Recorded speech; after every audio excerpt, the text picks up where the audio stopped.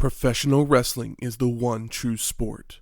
Other sports have their share of intense, dramatic moments, but nothing can compare with professional wrestling.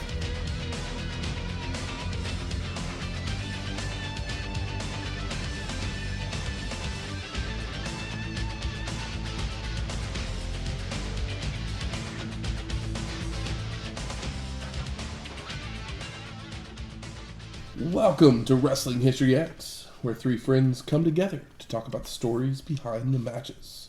I'm Matt. I'm yet another weasel that can't build a dam. Damn it, Scarlett. I'm just a weasel trying to build a dam. Well, I was either going to be that or Terry, but we'll get to that. We'll get to that in a little bit. Welcome to episode 244, WCW Monday Night Nitro. The night after the Rumble. Where the Kangs live. This is where the Sacramento Kings play. Oh.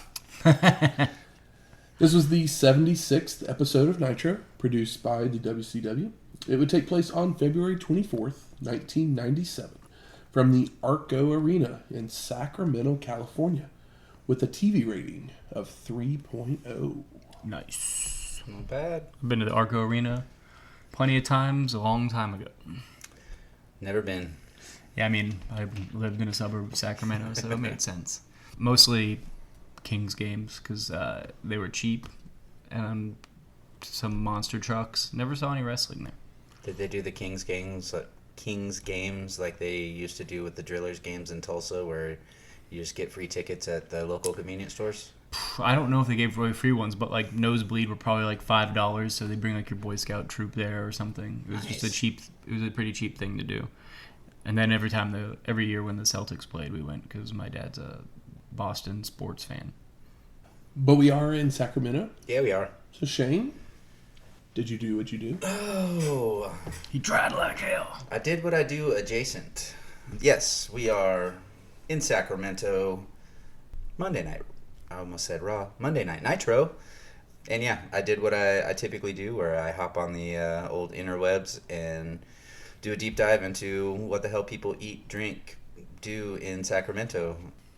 And then I started looking around for restaurants that originated from Sacramento or the Sacramento area, and I came across one that I thought would be a good choice. And then I remembered that our options for this place around here are very, very limited, and they are very, very not good. Poor quality. But what started this company was the product that's in front of us, the root beer. What I'm talking about is A&W.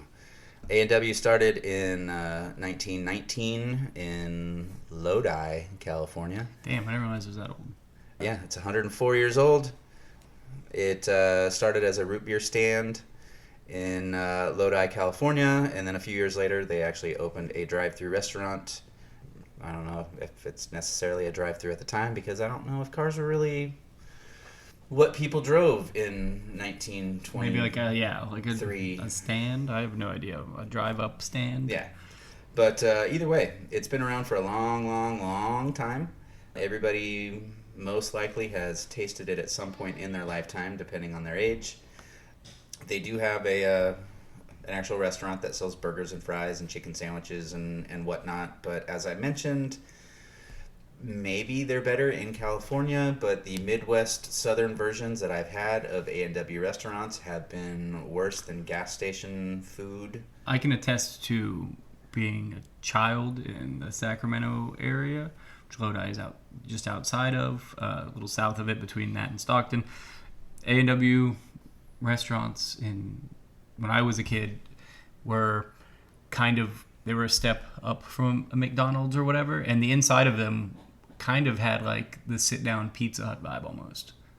Okay. And they'd give you the like root beer in like a frosted glass from yeah. like a tap and everything, which I think they did at all of the locations. But it had, I feel like the buildings kind of had a similar neat-looking vibe. You know how like Wiener Schnitzels are always in like the big A-frames? These were, I don't know much about architecture, but they were in an interesting-looking building from what I remember. So I've been to other... And the food was, I was a little kid, but I remember it being good. Sesame seed bun. I think maybe the burgers were cooked like a Burger King over charcoal, but I could be wrong about that. My first introduction to an A&W restaurant was when I was living in Tulsa, and They had them as a combination restaurant. I think that's the one we have here as well, with Long John Silver's. And I mean, Long John Silver's had already worked its way down into a joke of a restaurant, and when they partnered up with A&W, it just kind of made me sad, because then it led me to believe that A&W was also on their way to becoming a joke of a restaurant. Yeah. And they haven't really done a whole lot in the Oklahoma area to change my opinion on that, because it's just not good. Bottom of the barrel burgers. But as much as I don't like to trash products, while their food I have not been a fan of, I've always been a fan of their root beer and of their cream soda. Yeah, they definitely got that part right. Yes. So there's really nothing for me to talk into a microphone while I'm taking a bite of. I've already opened my bottle, so you won't get to hear the tss. Yeah. I'm 46 and I still have no issues cracking open an ice cold root beer. Every now and then they just the day calls for it. Choice. I drink like maybe one root beer a year, and it's like the perfect amount. But it's not the kind of soda you just drink. Yeah, the first root beer I brought, I believe, was Not Your Father's or Not Your Grandfather's or something like that root beer, where it was actual alcohol. But this one was probably... That was the first root beer you ever had? No, for the podcast. The first root beer I brought. I was like, wait, that stuff's not that old. No. First root beer was probably... A&W or... Either A&W or Barks or Shasta.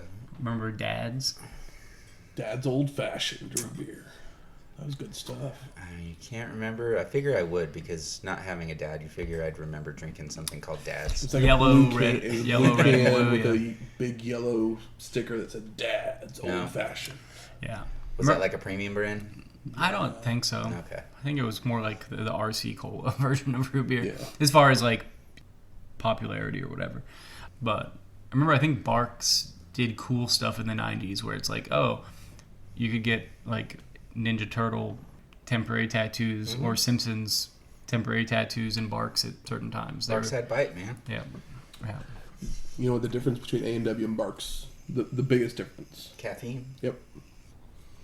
A&W does not have it. Barks does.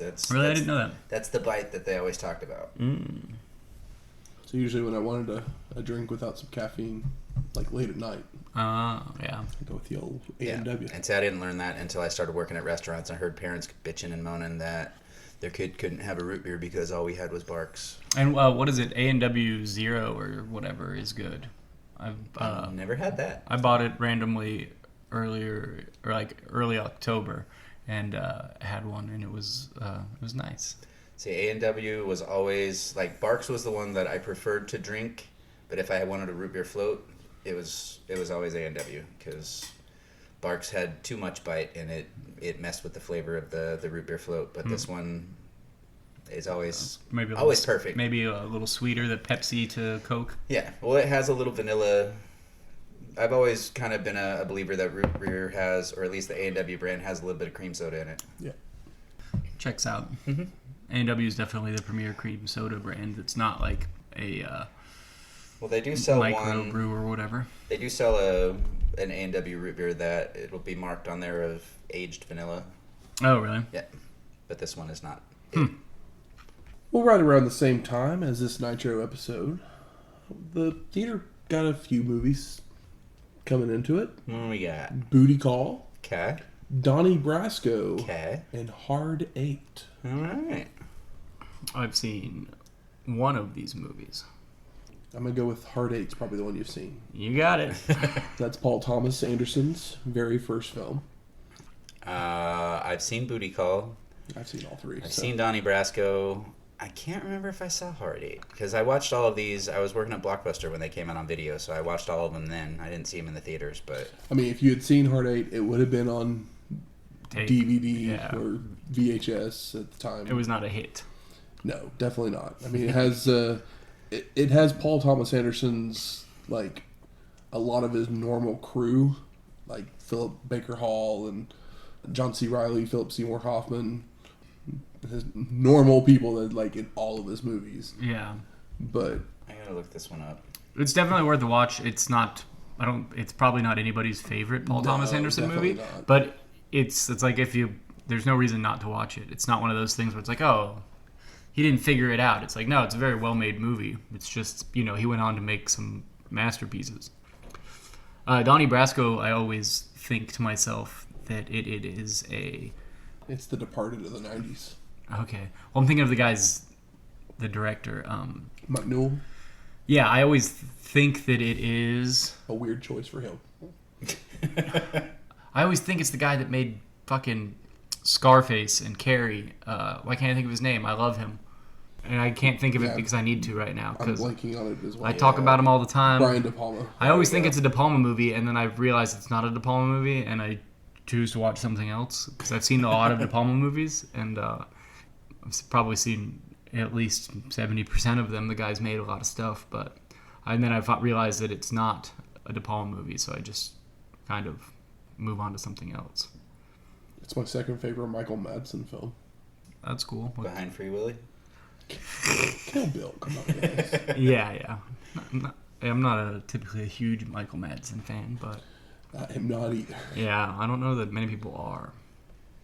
Let's see. And Booty Call, I imagine, is just a comedy. It's a sex comedy. It's Jamie Foxx, Tommy Davidson, Yep. Vivica A. Fox, Oh, that sounds fun. Tamala Jones. I can. What's funny is I know Is that how you say her name? Tamala? I gotta look. I know the what's it called? The VHS cover for sure. I definitely remember that. The one I'm thinking of is the one with the booty on it. Yes.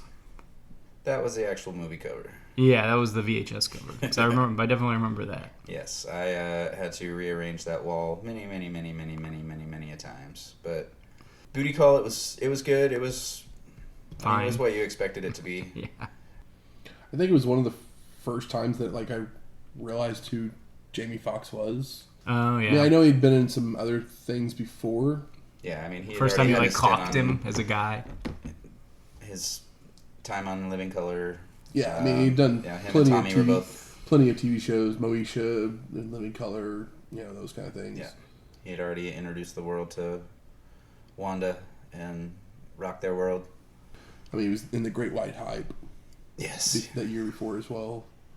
Yeah, Booty Call, it was a popular rental. It wasn't one that we had 107 copies of like others, but no, the 12 or 21 that we had were constantly on the go. Yeah, I don't know if I actually saw Heart 8 now that I looked at the cast and the cover of it. I remember the cover, but I don't think I ever watched it. I remember enjoying it.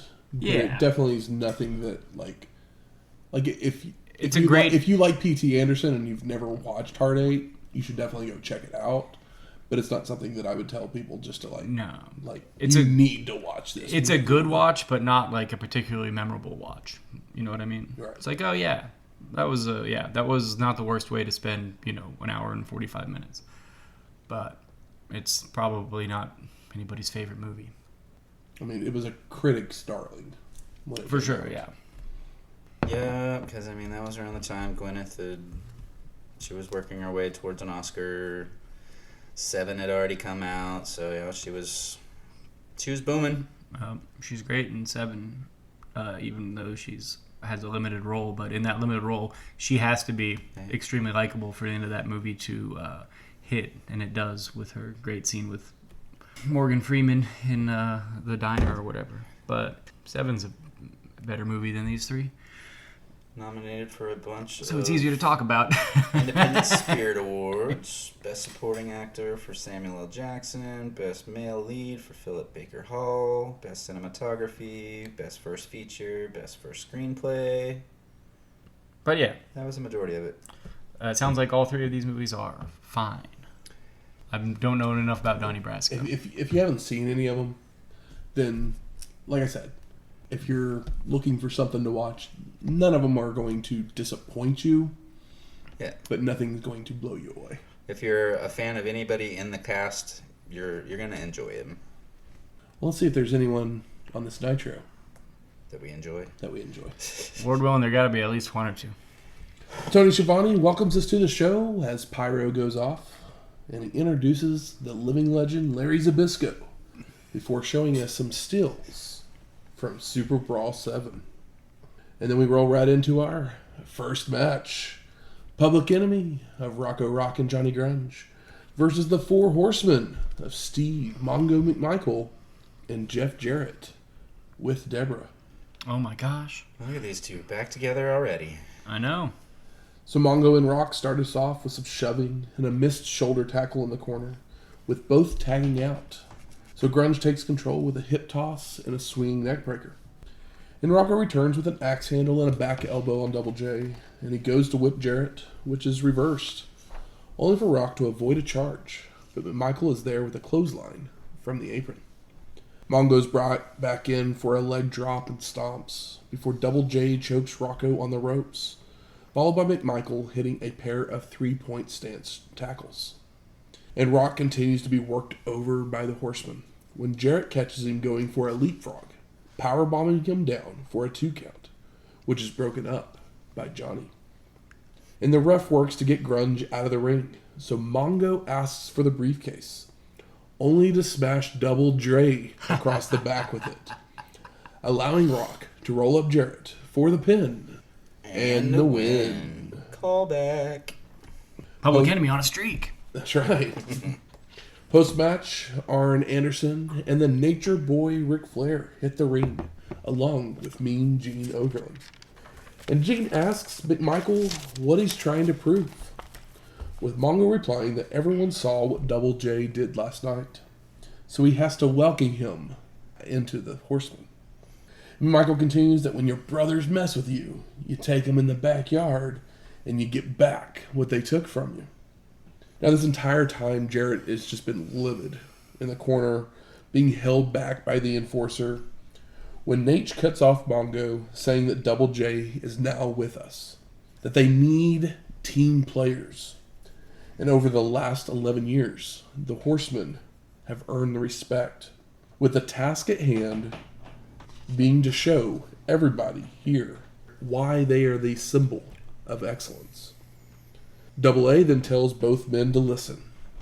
The NWO, the Dungeon, even Luger and Giant are getting stronger, while the Horsemen are getting weaker, as the Nature Boy himself and Benoit are all hurt. He says Chris Benoit may never be back after last night. So he wants them to shake hands. Put you in this get-along t-shirt. McMichaels extends his hand, with Jarrett being convinced to do the same by Arn and Flair. We'll see how well this tag team works out for him. Yeah, I love that Mongo says he might mess with Double J, but nobody else better. Tony and Larry then discuss the weakened state of the Horsemen before heading to a commercial. But when we come back, we go to our second match. I gotta say this about Tony.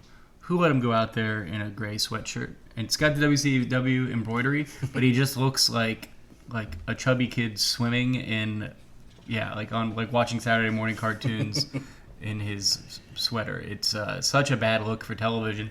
And he's sitting next to Zbyszko, who's got like a nice button up that has the same embroidery, and he looks like he should be behind the desk.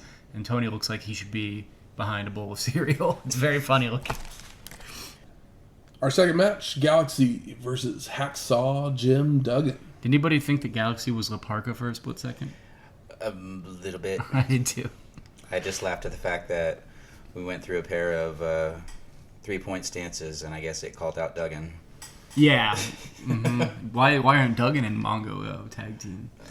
Yeah. The 3 points, they could do a finishing move called the 3-point dance stance. Thankfully, the world doesn't hate us that much. Where, one goes low, one goes high, and the guy does the backflip.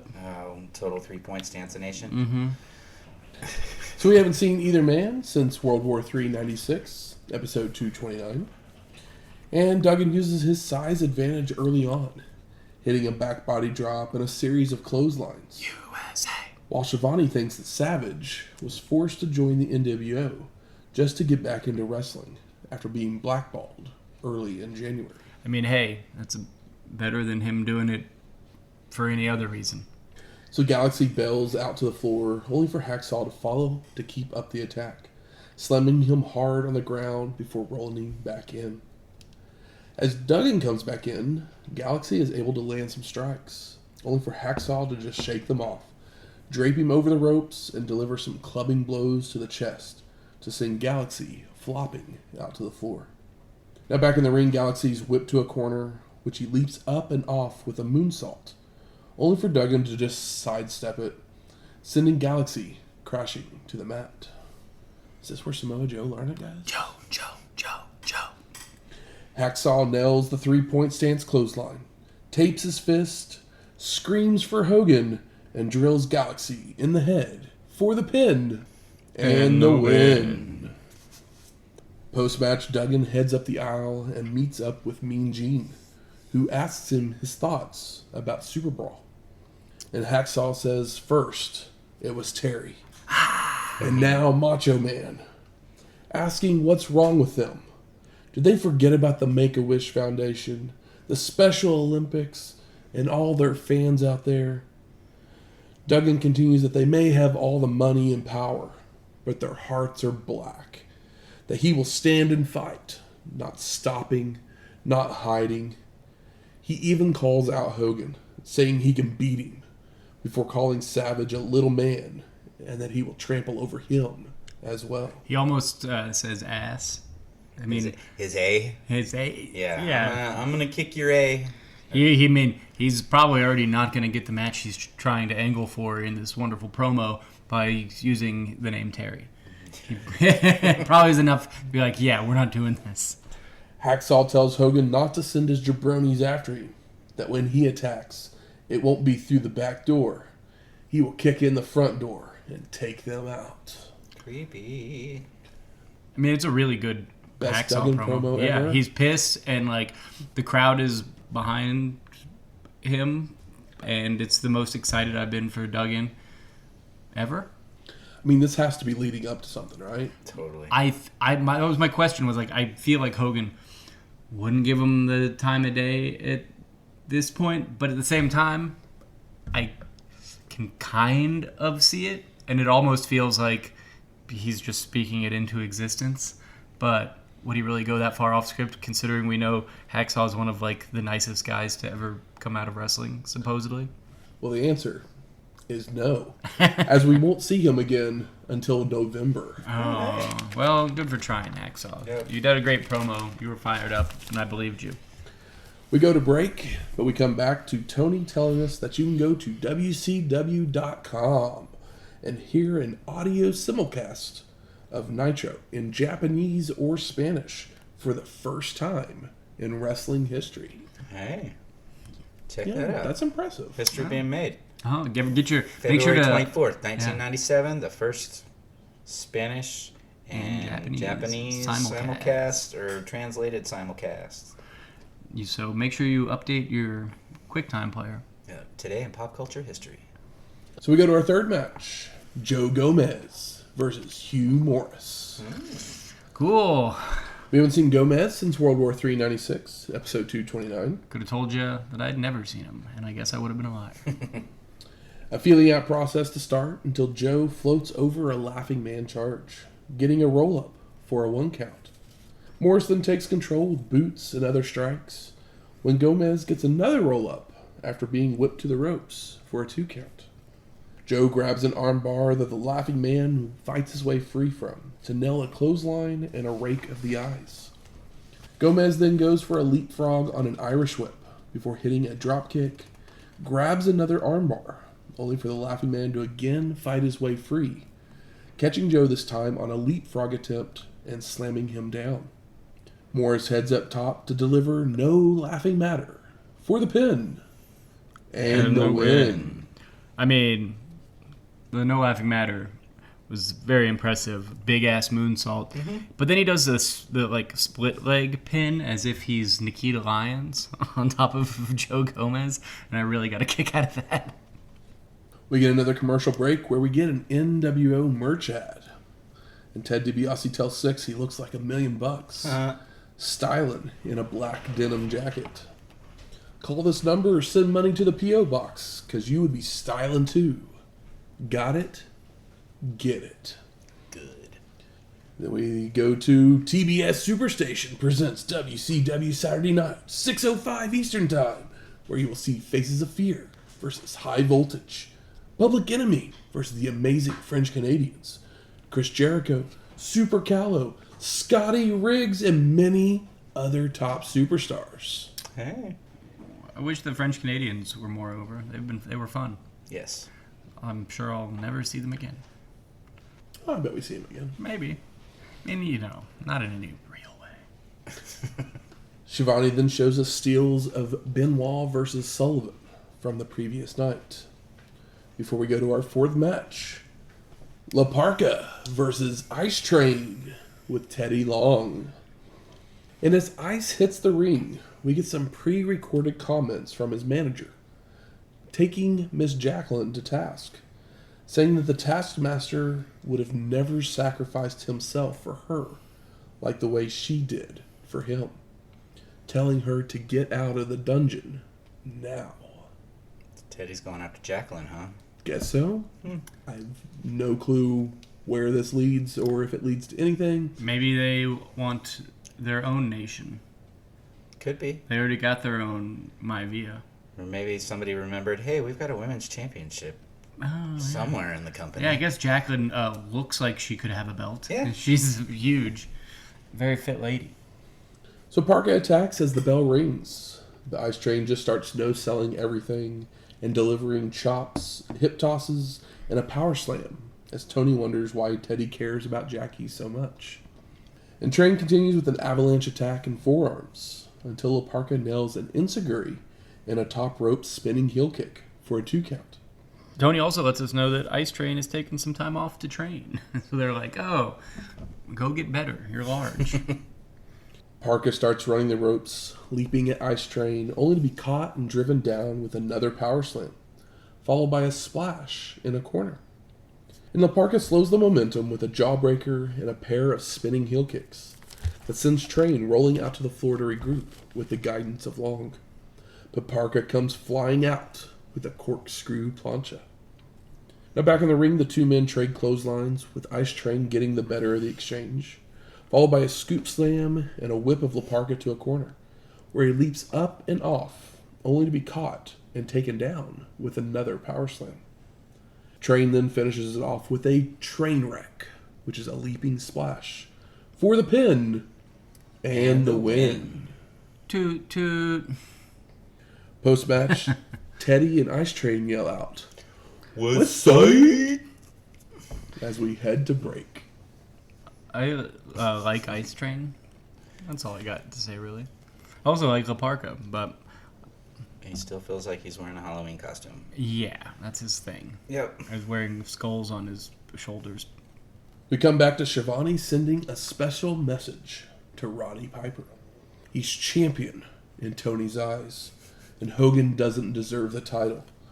Before Larry chimes in that it's mind-blowing that Randy Savage ruined it all. Son of a bitch. I mean, it's more disappointing than mind-blowing, I'd say. So we go to our fifth match. Team Jericho versus the Faces of Fear of Meng and the Barbarian. It's Guerrero. Sorry. It was just coined recently. Otherwise, We did it 27 years late, but we decided that it worked. So we get some stills of Eddie and Chris's match from the previous evening, but then Barbie uses his power advantage to start, working over Jericho in a corner. Kind of wild that two show matches from the pay-per-view the night before, became tag teams on the show the next day. Seems pretty wild. But he misses a big boot, allowing Chris to fire back with a drop kick to the knee and a spinning heel kick. Jericho's whip's reversed, but he gets a boot up on Barbarian's charge before nailing a second rope drop kick, tagging in Guerrero, who leaps in with a slingshot somersault senton for a 2 count. Barbie reverses another whip to send Eddie to the ropes, hoisting him high into the air and down to the mat, face first. Pancake. Before bringing Meng in to deliver chops, headbutts, and a stiff powerbomb. Oof, with no cover. Guerrero again is tossed to the ropes, ducking a clothesline, coming back with a head scissors takedown before tagging in Chris for a double back body drop for a near fall. Jericho is then sent to the ropes, where the Barbarian gets a knee into his back from the apron, allowing Meng to hit a back suplex. And Barbie returns to place Chris on this top rope for a super release belly-to-belly suplex for a 2 count. Hell yeah. But Jericho is able to come right back with a roll-up for a near fall of his own. Meng tags in to nail more headbutts and chops before sending Chris to a corner, where he leaps up and off with a crossbody, only for Meng to pop right back up to choke and clobber. The Faces of Fear team up for their back body drop into a powerbomb for a 2 count before hitting stereo flying headbutts for a near fall. The Faces of Fear continue to beat down on Jericho until he's tossed to the ropes, where he springboards off with a moonsault, followed by an enziguri to take down Meng, who pops right back up again, only to miss an elbow, allowing Chris to leap to the corner for the hot tag. Eddie lands some uppercuts, a clothesline, and a drop kick to take down Meng, followed by Jericho coming in with a top rope crossbody and a double drop kick, only to send him right into a tag. So the Barbarian comes in immediately with a double clothesline attempt, only for Guerrero to duck on his side and nail a drop kick. Chris drop kicks Meng off the apron before teaming up with Eddie for a double team suplex, followed by Jericho going for the lion salt. But Meng trips him up, sending Chris tumbling to the floor.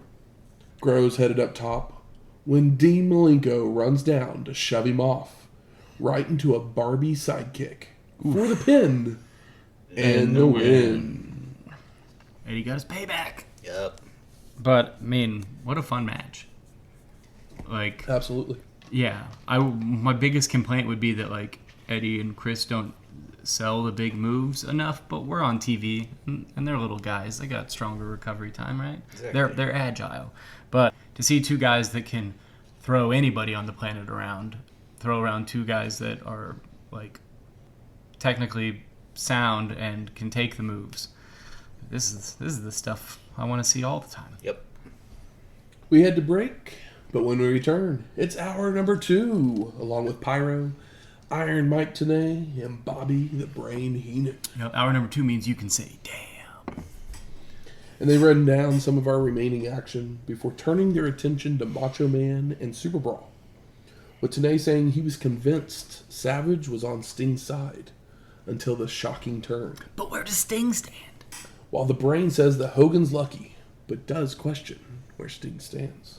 He stands alone. He's a big Godsmack fan. That's the cheese. The cheese stands alone. Stand alone. You could argue that Sting's gimmick is cheesy. Shivani then shows us footage of the Horsemen from the first hour. Before we go to our 6th match, Juventud Guerrera versus Rey Mysterio Jr. And the two men have a feeling out process to start when Rey places Guerrera in a modified gory special, only for Juvi to slip out and deliver a DDT and a springboard dropkick.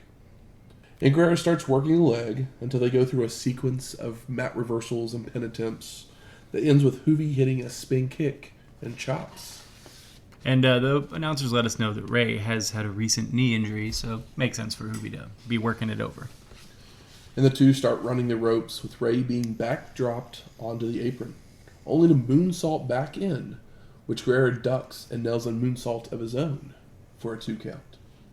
Now Mysterio ducks a clothesline and delivers a head scissors that sends Juvi bailing to the floor, only for Rey to follow out with a baseball slide, which Guerrero catches him. So Mysterio counters it into another head scissors onto the floor.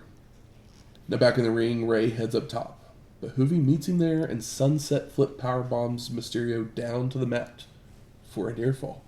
And Rey rolls out to the apron, so Guerrero uses a baseball slide of his own to kick him out to the floor, before flying through the ropes with a tope suicida, driving Mysterio into the railing. Rey's tossed in, with Juvi going for a springboard somersault senton, only for Mysterio to catch him and powerbomb him in mid-air. Rey then heads to the apron for a springboard hurricanrana for the pin and the win. Fun, a lot of big creative spots. The baseball kick caught and swung when he swings Rey out onto the floor. Fucking wild. Yep. It looks awesome and exciting, and a move that I had to rewind a couple times because, like, holy shit, how did he do that without just getting the wind knocked out of him or breaking his head. There was a funny spot where the ref counts when both men are on their back, like, you know, a 10 count or whatever, but like nobody's covering anybody really. Standing 10 count. Yeah, but he goes to the mat and counts to like 3, and then both men like bridge up at the same time. It felt very bizarre and out of place.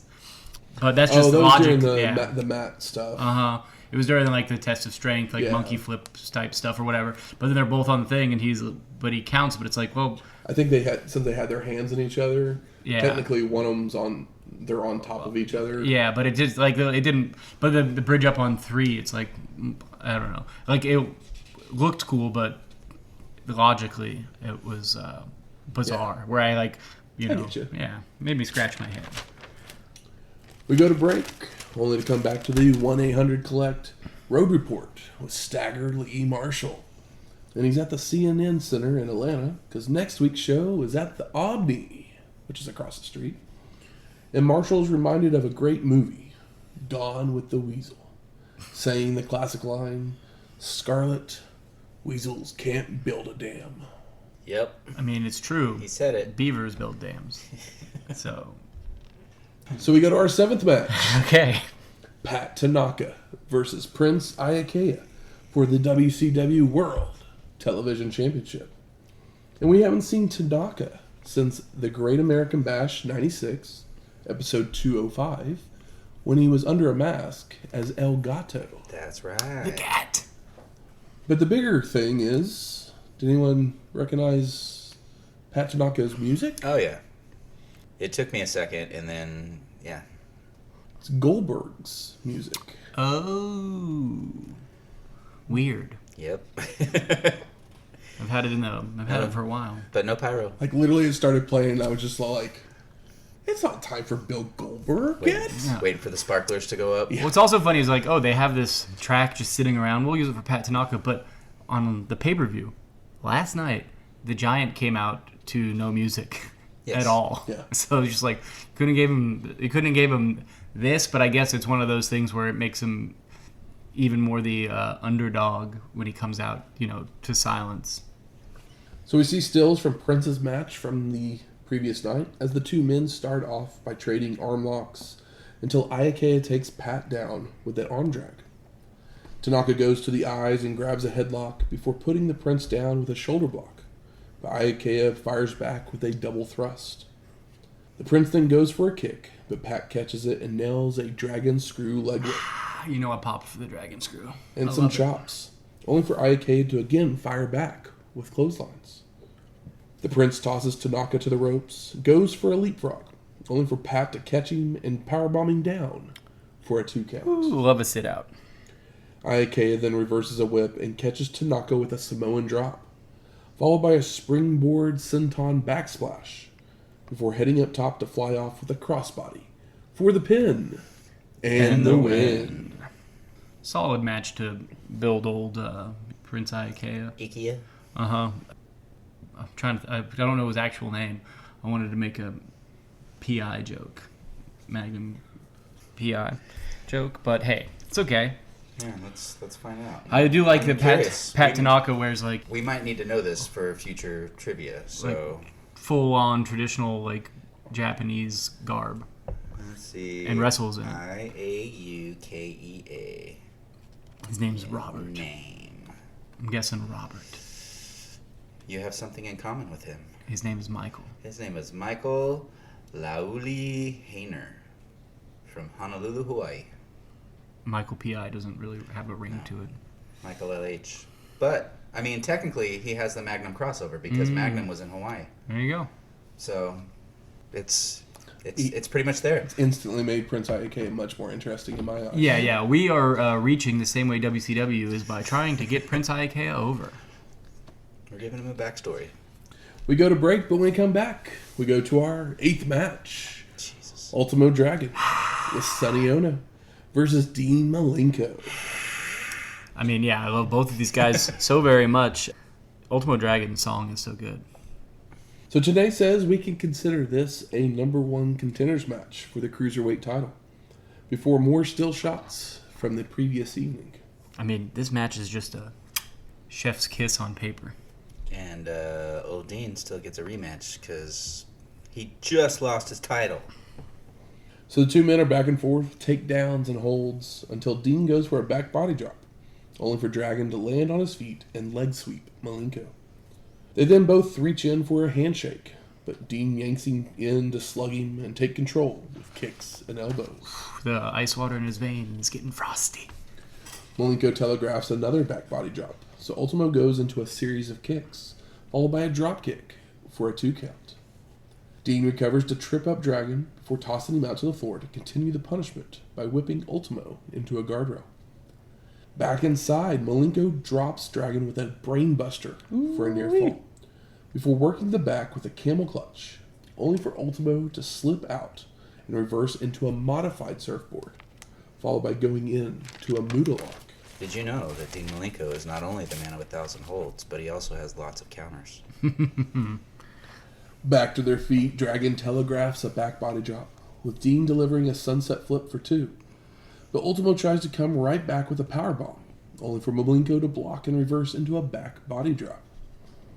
Dean then hits a double underhook powerbomb for a near fall, and he goes for an ab stretch, but Dragon is able to fight through to send Malenko out to the floor.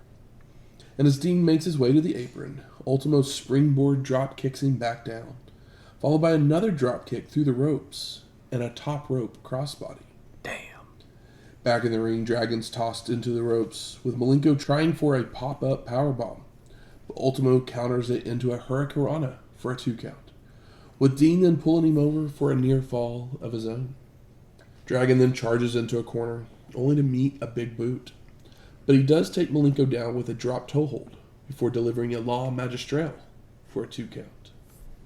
Ultimo goes for a handspring back elbow, but Dean catches him and nails a release German suplex, followed by a just choking Dragon. He's pissed. Ramming his head into the mat. I am loving Nasty Dean. Sonny Onoo jumps on the apron, only for Malenko to smack him down, before returning to choke Ultimo some more, just not releasing the hold as the ref gets to the 5 count. So he calls for the disqualification. I mean, this is a great DQ win because we've seen Dean get a little nastier, and he's fed up, and he's in ass-kicking mood, and I don't think that he looks stronger, and I mean, Ultimo always looks good, but he's not a full-time WCW guy, so it's good for both of them, and great for television, because this is wonderful. Post-match, Mean Gene catches up with Dean in the aisle, saying that Eddie Guerrero came out to help him at Super Brawl, but Malenko's blaming him for everything that has gone wrong. Dean responds that he's sick and tired of what's been happening and the lack of respect he's gotten over the past few weeks. Malenko continues that Six has what he wants and he will get it back, but the last person he ever thought would steal the belt from him was Eddie. He then finishes by saying he just doesn't care anymore before stalking off as we head to break. Dean. You know what else I love is the 1000 on his trunks looks like the 100 emoji that's popular now today. Yeah. Another section of this match that I enjoyed was, I don't know if Bobby was just saying it to be menacing or if he clearly forgot, but how many belts does Ultimo have now? Oh, I mean, Yeah, he was just being Bobby. lost. He doesn't actually know. Yeah, he lost his J crown. Mm-hmm. He's beltless. You can't have them all forever, brother. We come back from the break as Tony is talking about Uncensored before we go to our 9th match. Diamond Dallas Page versus Squire David Taylor. And we get more still photos from last night as Diamond Dallas Page, as DDP makes his way into the ring. As we all think to ourselves, Dave Taylor still works here? Yeah. And the Squire attacks as the bell rings, slugging away on Page, hitting an uppercut and a vertical suplex for a 2 count.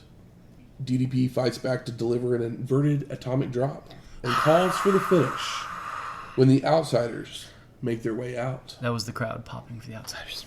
Page lifts Taylor into a fireman's carry, nailing the diamond cutter But before he can cover, he notices Hall and Nash. And they circle the ring to distract him, as Macho Man runs in to clobber DDP from behind with a spray can. That's right. Dusty Rhodes is not on commentary tonight. It's a clobber, not a clubber, baby.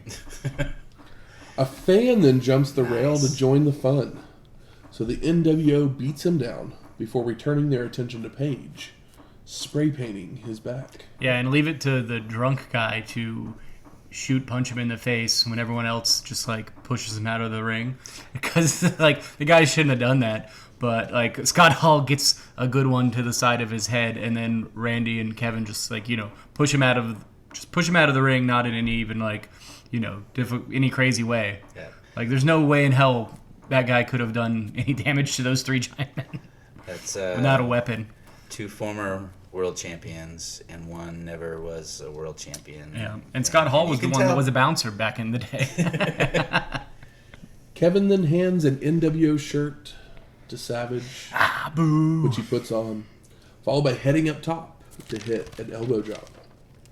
The beating continues as we head to break, but when we return, they're still in the ring, with Scott having a mic in hand. And he asks the crowd for a welcome to the newest member of the NWO, Macho Man, Randy Savage. But then he says, we don't stop there. We can deliver more than one icon, as he introduces the undisputed, undefeated NWO World Heavyweight Champion, Hollywood Hulk Hogan. Hall then asks Hollywood about his feelings, with his response being that the NWO is on a roll, Bruh. and that California loves to party just like them. And Hogan continues that Savage should be rewarded. So Eric Bischoff and Ted DiBiase escort out a smiling Miss Elizabeth, which the announcers literally note that it's the first time she's been smiling in months.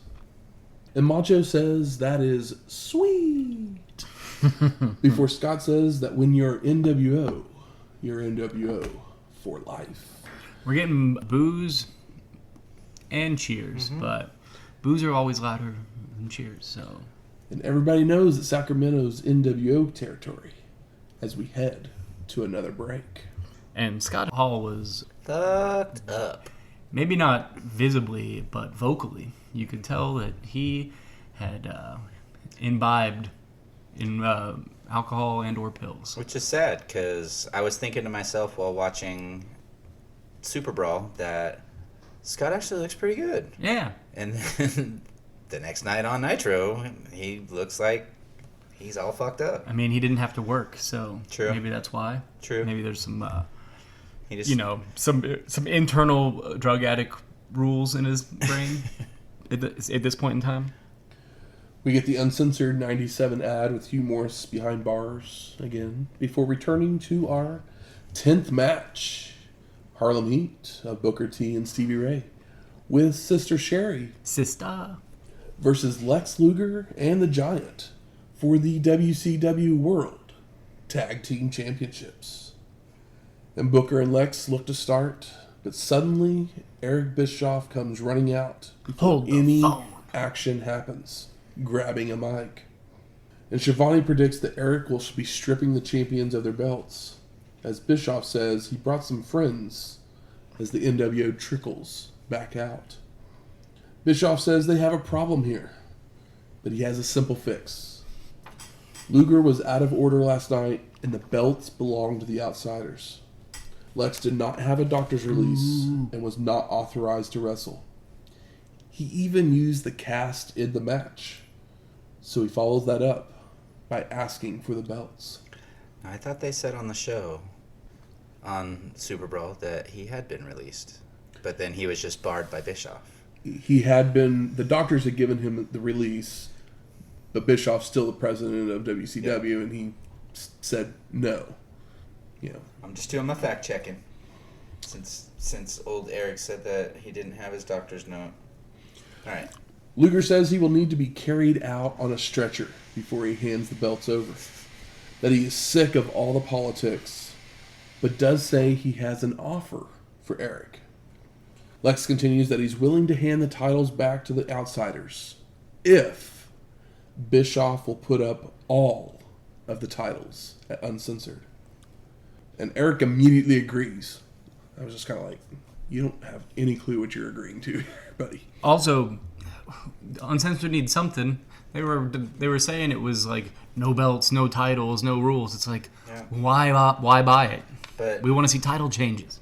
Then I'm also thinking, weren't all the belts on the line for Super Bowl? Yeah. Because they kept talking about how this is 2 of 5, this is 3 of 5. Yeah. All belts are on the line. Yeah. As most of them should be on a pay-per-view. Give me another show like we had last night, and then Except for it'll be with more shithousery. That's right. So the tag belts are handed over, followed by Luger telling Bischoff to put together his best team. The camera then cuts to the aisleway to see Sting slowly walking to the ring, walking up the steps, and then standing in the middle of everybody. The Stinger then turns towards Hogan, staring him down as the NWO members hold up the Too Sweet sign. Hollywood leans in and embraces him, only for Sting to just take a step back, falling in line with the rest of the NWO, standing solemnly with a distant look on his face as we fade out. Yeah, but Sting does not react at all. Mm-mm. Like, he takes he doesn't hug back. Hogan hugs him. He stands next to them, with no reaction at all. Eric Bischoff says that he loves this, because of course he does. So I ask you, gentlemen, what are your overall thoughts of Monday Night Nitro from February 24th, 1997? Giving it up to Malenko, the GOAT. But I mean, yeah, this is a fine, watchable show. Most everything feeds into the night before. There's a lot of matches, but none of them are over long. Like, it's a solid episode of television. I have a similar feeling about it, where it's an easy watch. It's not a terrible show. It plants lots of seeds and whatnot, but there are too many fucking matches. There are 10 matches on this show, just like there were on the pay-per-view the night before. And that's too many. My argument to that is that they're all pretty quick and entertaining, so then even sometimes a good match goes on too long. But here, even Hugh Morrus or Prince Iaukea, it's like they're short even when they're not necessarily sweet, and it just keeps it moving. Because if we had like 7 matches and we tacked another 3 minutes onto each match, like that's probably going to make the show drag. I actually was going to bring this point up. Here in WCW, when are the breaks between the matches? Yeah. They don't ever cut away from the middle of a match. They don't ever do split screen interviews. Mm-hmm. So the matches are shorter. So they're going to have a few more matches because everything else is happening either in between the matches or a commercial's happening. Yeah. That's the difference between a Raw and a Nitro. Because that last Raw we watched, it literally, like, every single match either had a commercial break in the middle of it or a split-screen interview with someone. They didn't do anything after each match. So it's just it's the different way they present a show. So you actually get to see the wrestling. Yeah, you see more wrestling on this show. And the wrestling's not, like, I hate when wrestling gets interrupted, even by something that would be considered a good interview. It's like, well, you're saying that that's more important than this. And a guy talking can be more important than the match that's happening, but, like... Why even have the match at that point? Yeah, but, like, you shouldn't be doing that. Because, yeah, if you then you're saying, like, well, we don't care that much, so why should you care that much? No, I mean, I get why they do it, but it's just one of those when the Malenko, I think that's when it was, when the Malenko and Ultimo match started, I looked at the time that was on there. I was like, seriously, we have this much fucking show left? Just because it felt like it should be over already. Oh, yeah. I didn't quite feel the same way, but I understand where you're coming from. This show flew by for me. It had lots of fun action, good storyline beats. It also helped that the crowd was very anti-NWO. It always helps. Yeah. Because it definitely helped sell the last couple of segments much better than if, the entire crowd's Behind them. cheering for NWO. It would make no sense. Yeah, it's just like a fart in church at that point. Yeah. Where it's like, it's not, it's like, what's the point if the heels are getting cheered consistently for doing, like, legit cheating? They're not even, it's like, they're quote-unquote cool heels, but they're just guys approximating what cool is to, like, a fucking fourth grader. Dean Malenko's cool. That's a cool heel. That's why he's the ice man. Absolutely. Good. Where's the smart marks at? All right, fuck you. I think it's time we smark it up. So what are some of the best moments of this show? I mean, I just talked about it. Dean Malenko. Yeah, dude. Dean Malenko and Ultimo Dragon just fucking having a barn burner that ends in a DQ in kind of the best way possible. Because it's like, oh, Dean Malenko is now fucking unhinged. And that's great. Hacksaw Jim Duggan promo. Incredible. Absolutely. Agree on that. Him, when he said Terry, I got a big old smile on my face, and to see the reaction of Mean Gene being like, it's like, I don't want to get any of this on me. Yeah. Covering his bases. Poobie and Ray was fun. Yeah. Team Jarrett, Guerrero. There you go. Versus the Faces of Fear. I enjoyed that match quite a bit. It was great. Yeah. There's like, I feel like that anything on here that might not be the most entertaining was short enough that the stuff I remember is the things that were good and entertaining. Where it's like, oh yeah, I would not have remembered Joe Gomez until we just talked through this show. But like, it's because it was quick. Well, speaking of that match, I love a good no laughing matter. I mean, it's one of the best moonsaults in the game. It's crazy. It blew my mind. For a guy that nobody gives a shit about, what a moonsault. I love Hugh Morrus. Do you? Yeah, I do. Okay. I don't know that I would never say that I hated him. I just don't have a real opinion on Hugh Morrus. I'm like, oh, he's Hugh Morrus. I mean, Hugh Morrus is definitely better than, what was it, General Erection, or whatever the hell he changed his name to for that. That was fun too. I don't know what you're talking about. Matt loves a general erection. I mean, I do as well. You gotta remember Lance Storm was in that storyline for a while. So. See, I forgot about that part. Because it was Team Canada versus Team USA. That's right. That's why they changed their names. That's fun. I just General Erection and GI Bro and Tits McGee, or whatever the hell her name was. Major Guns. Yeah. Jesus Christ. How about most disappointing? Let me start it off. All right. Hacksaw Duggan's promo. But it's also great.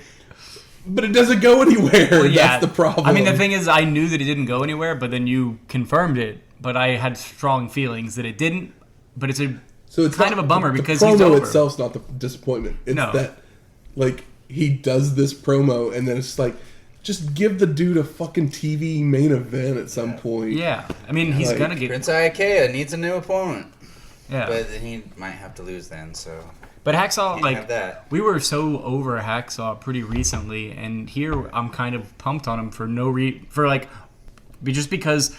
He said Terry. Because he said Terry, and because his promo was really good, and he pointed out that prayers and vitamins, and what about all the Special Olympics, and, you know, the fans, and all these things you did, and, like, to turn your back on all of them. It was just, like, such a great, like, classic babyface, fired up promo, and how much have we cried about Hacksaw in the past? Yeah. And here, he got me legitimately excited, unfortunately, for no reason. Yeah. So, flowers for him.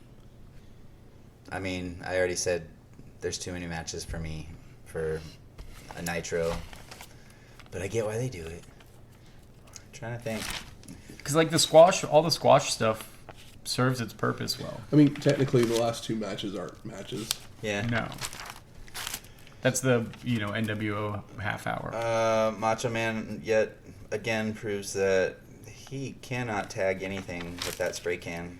Yeah, he is not good He's with it. horrible, and you'd figure a man who's been painted as many times as he was, he'd have maybe that's why he doesn't do it as well as they got him, because maybe that shit took a lot to wash off, and he's just trying to help him out by making it just a little mist instead of a dripping NWO.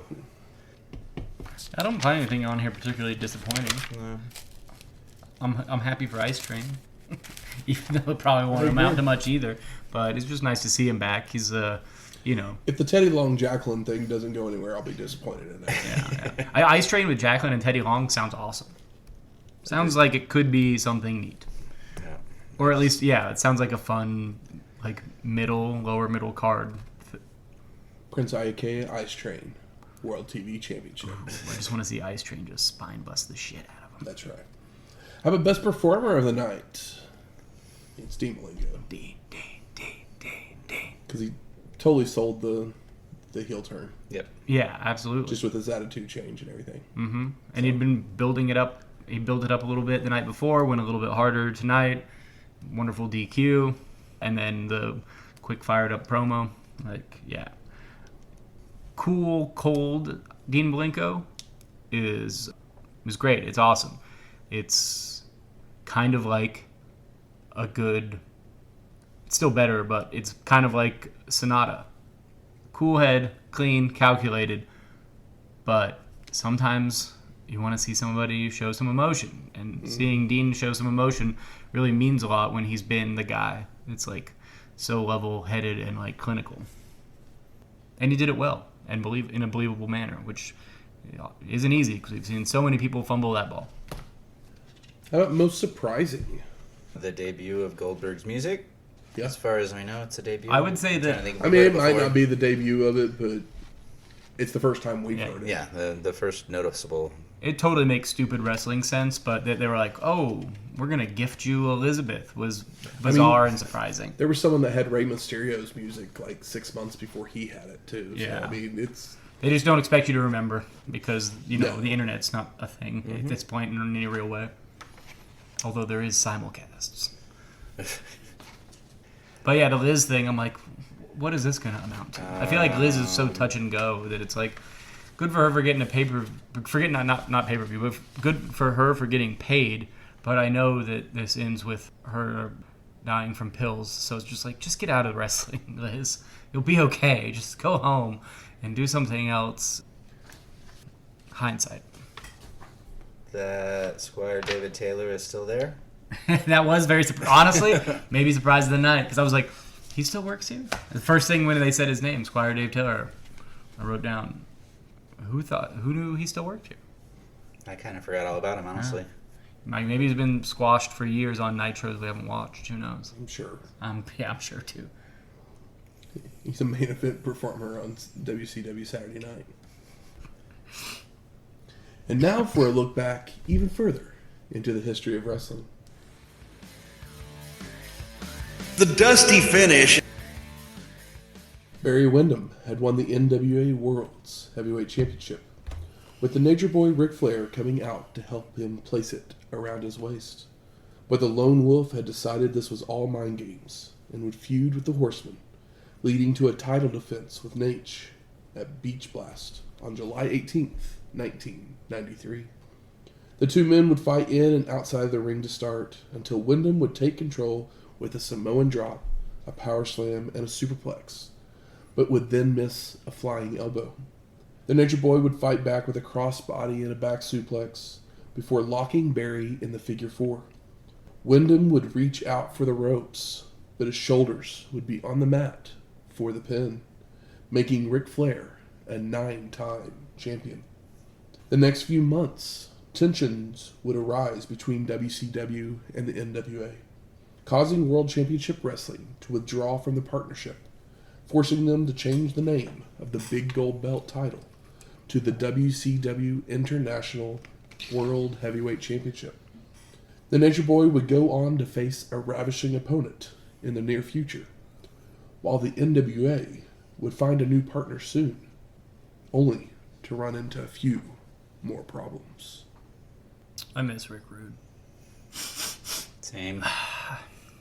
Gone too soon. We'll see him again here soon. I know. It's just that in the ring. Yeah. Well, in the ring. I mean, I always want the man to get paid, but he was really finally coming into his own as like a top guy. Before that match in Japan. Finally worked his way out of the shadow of the Ultimate Warrior. Became that big name that we knew he should have always been.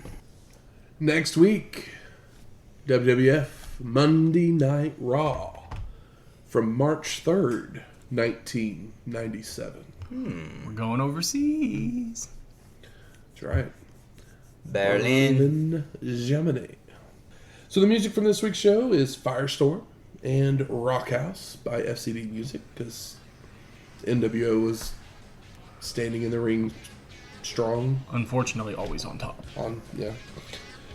You can rate and review us on iTunes, Spotify, Google Play, or wherever you find your podcast at.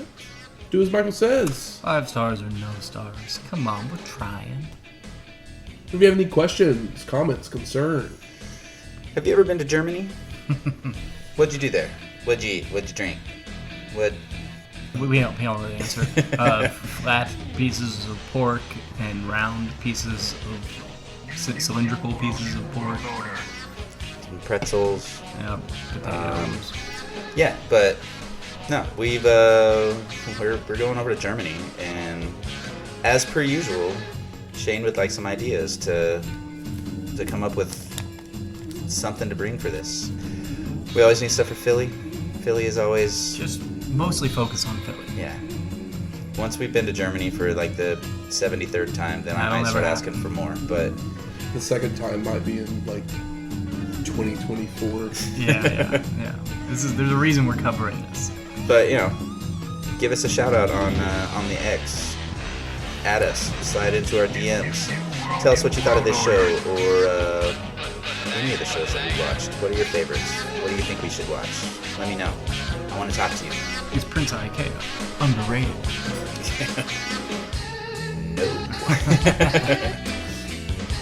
So you can do any of those things through our email at wrestlinghistoryx@gmail.com, or do it like Steven Newman.